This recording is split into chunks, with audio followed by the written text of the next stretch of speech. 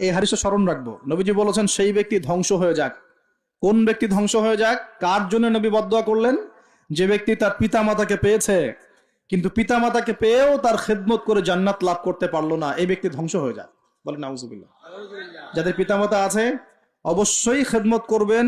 ওয়ালা তাকুল লাহুমা উফফিন ওয়ালা তানহারহুমা, তাদেরকে বিরক্ত হয়ে উফ শব্দটাও বলা যাবে না এবং ধমকের সুরে কথা বলা যাবে না, বরং বলতে হবে ওয়াকুর রাব্বির হামহুমা কামা রাব্বায়ানি সগীরা, এই দোয়া করতে হবে।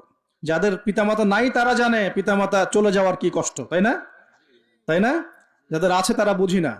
আর বিশ্বাস করেন পিতামাতার খেদমত করলে যে কোনো গুনাহ মাফ হয়ে যাবে ইনশাআল্লাহ তাআলা। আর যে কোনো বিপদ আপদ বলা মুসিবত থেকে আল্লাহ বাঁচাবে ইনশাআল্লাহ। এক সাহাবী এসে ক্রন্দন করছেন, কাঁদছেন, ইয়া রাসূলুল্লাহ আমি অনেক বড় গুনাহ করে ফেলেছি, অনেক বড় গুনাহ করে ফেলেছি। নবীজি বলছেন বাসায় চলে যাও, বাসায় চলে যাও, তোমার মায়ের সেবা করো, গুনাহ মাফ হয়ে যাবে ইনশাআল্লাহ। তিনি জিজ্ঞাসা করলেন না কি গুনাহ করেছো, জিজ্ঞাসা করলেন না কি গুনাহ করেছো, তিনি বলছেন আমি অনেক বড় গুনাহ করেছি। নবীজি বললেন বাসায় চলে যাও, আল্লাহর কাছে ক্ষমা চাও, মায়ের খেদমত করো, গুনাহ মাফ